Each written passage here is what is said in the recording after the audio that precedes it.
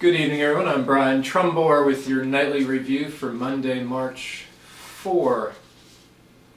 It's being taped about 4:01 p.m. Eastern Time. Look at that.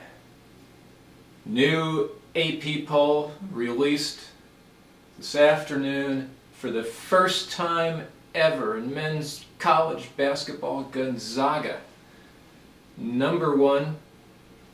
Indiana, Duke, Kansas, Georgetown, Miami, Michigan, Louisville, Kansas State, Michigan State.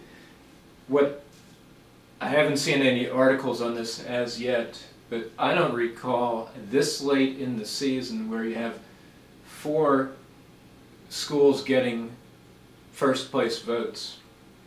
So you have 65 first place votes for the AP. But Gonzaga, great story. March Madness is going to be awesome. Well, the U.S. stock market finished up today. Dow Jones up 38 points, 0.3% to 14,127, or 37 points away from the all-time high of 14,164. S&P 500 closed at 1525, 40 points short of its all-time high. It was up 0.5%, and NASDAQ was up 0.4% to 3182.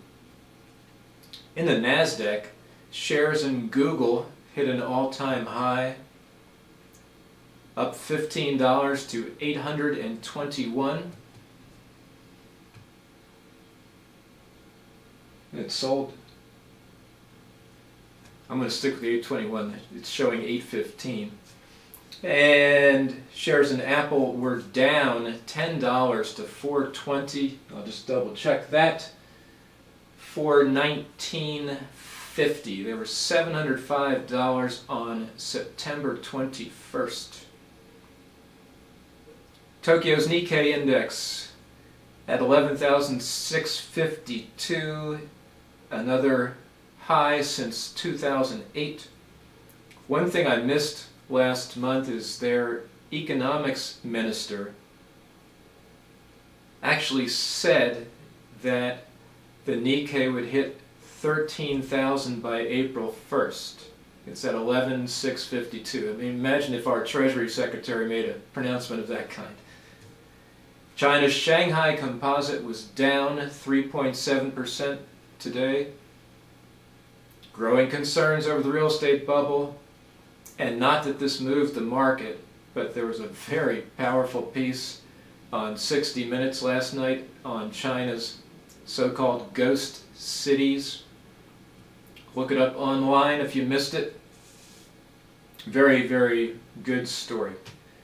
Actually a two-parter that was terrific. The 10-year Treasury closed at 1.87%. Gold at $15.71 and oil at $90. Speaking at a conference in San Francisco on Friday night, Ben Bernanke once again reiterated that the Fed is strongly committed to keeping interest rates low for a long time and sustaining their third round of quantitative easing, QE3, until there is an improvement in the economy. Bernanke said premature rate increases would carry a high risk of short-circuiting the recovery, possibly leading, ironically enough, to an even longer period of low long-term rates. At the present time, the major industrial economies apparently cannot sustain significantly higher real rates of return. In that respect, central banks, so long as they are meeting their price stability mandates, have little choice but to take actions that keep nominal long-term rates relatively low. Bernanke added that the Fed would remain vigilant for risk to financial stability caused by sustained low long-term interest rates. The balance here is not an easy one to strike, he said. While the recent crisis is vivid testament to the cost of ill-judged risk-taking, we must also be aware of constraints posed by the present state of the economy. And then he said, in the light of the moderate pace of the recovery and the continued high level of economic slack, dialing back accommodation with the goal of deterring excessive risk-taking in some areas poses its own risk to growth, price stability, and ultimately financial stability. And then Vice Chairman Janet Yellen today, in a speech in Washington, said the Fed should press on with the $85 billion in monthly bond buying. Turning to the potential cost of the Federal Reserve's asset purchases, there are some that definitely need to be monitored over time, she said. At this stage, I do not see any that would cause me to advocate a curtailment of our purchase program. Once again, echoing Bernanke, Janet Yellen said, ending asset purchases before observing a substantial improvement in the labor market might also create expectations that the amount of accommodation provided would not be sufficient to sustain the improvement in the economy. On to the sequester.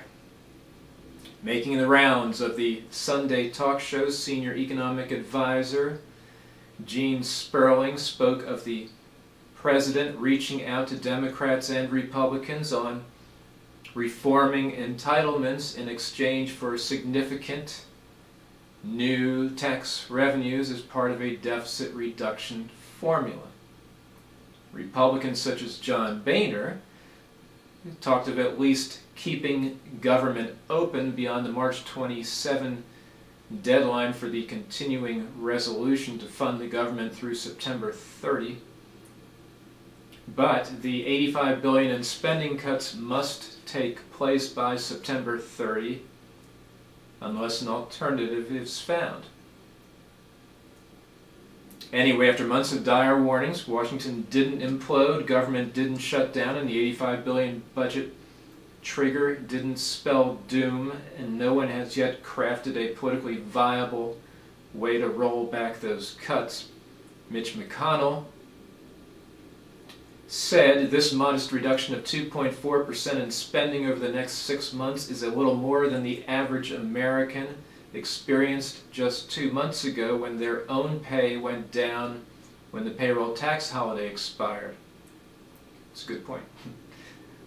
John Boehner said, I don't know whether it's going to hurt the economy or not. I don't think anyone quite understands how the sequester is really going to work.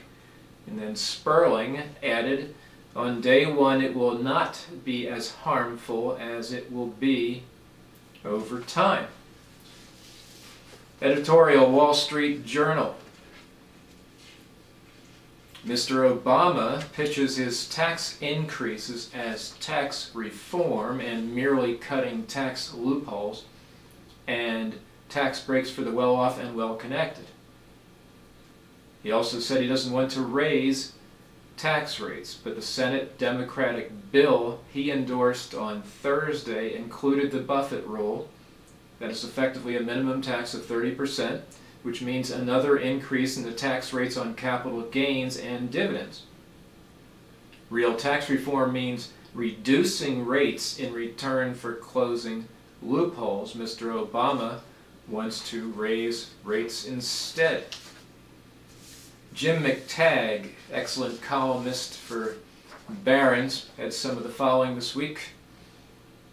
Signs of Republican weakness are plentiful at the recent winter meeting of the National Governors Association in Washington. Republicans didn't invite their congressional leadership to address them. Instead, several GOP governors went on television to criticize the leadership for failing to sit down with Obama and work out a compromise. In other words, GOP governors were running away from the Republican members of Congress. Some GOP congressmen also are distancing themselves from their party's leadership. Some words are difficult for me. South Carolina Senator Lindsey Graham is pitching his own compromise to Obama with $600 billion in new revenue in return for entitlement cuts. Obama says he is willing to reduce social programs, even if this angers his own party. But ever the fox, he refuses to reveal specifics. Jim McTagg concludes, Obama, one of the most gifted, bare-knuckled politicians in memory, welcomes this instability. After all, he has gone out of his way to create more of it. The president is trying to dash the GOP against the rocks of public opinion in advance of the 2014 midterm elections. What he's doing may seem underhanded, but all that matters to this gifted brawler is that it works. So regarding the logistics of the sequester, as Lisa Ryan of the Washington Post put it, those with the heaviest personnel cost are most likely to start furloughing workers a month from now. They're the employees on the government's front lines serving the public at airports, national parks, on the border. For those agencies where salaries and benefits account for as much as 80% of the budget, including hundreds of millions in overtime, the toll on public services in many cases will be unavoidable. So Ryan gives the example of the Food Safety and Inspection Service, which plans to furlough much of its workforce of 10,000 for 15 days excuse me, if the political stalemate over the deficit lingers. Spokesman Brian Mabry of the Food Safety and Inspection Service said, "We can't just stop programs. People are saying, why can't you just send home all the personnel people and not the inspectors?" Well, there's no way to get from here to there without that. The agency is on track to lose more than $50 million from its $1 billion budget. It must shrink the budget over the 7 remaining months of the fiscal year. That means a hit of closer to 9% because inspectors make up 87% of the food safety budget. Furloughs are the best option. It's not that we're going to produce less safe meat, said Janet Riley, a senior vice president at the American Meat Institute. I assume they eat well there. It's that we're going to produce less meat.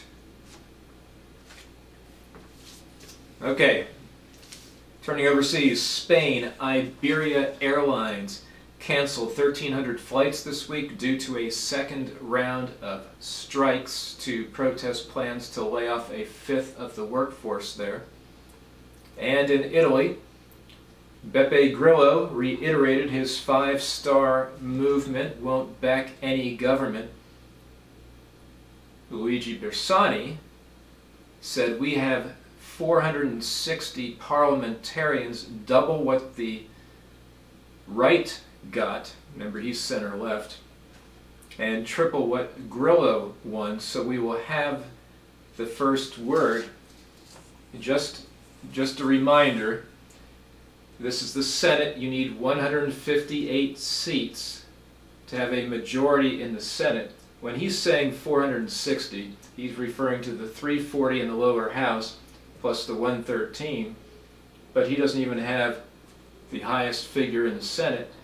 And if Bersani has a coalition with Mario Monti, that's only 131, and you need, again, 158.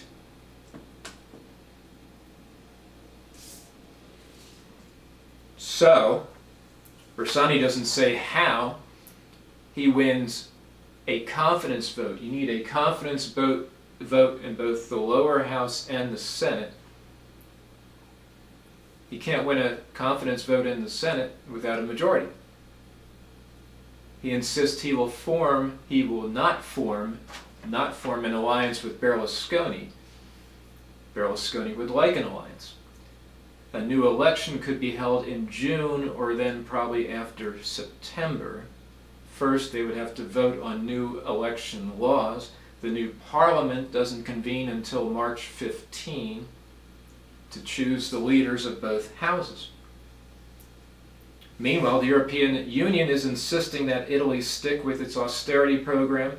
Olli Rehn, the EU budget enforcer, said, "We're not going to solve our growth problems by piling new debt on the old. This week's Economist. Send in the clowns. How Italy's disastrous election threatens the future of the euro. Some of the comments from an Economist editorial. To do nothing, as Italy's voters seem to wish, is not the answer to the country's problems.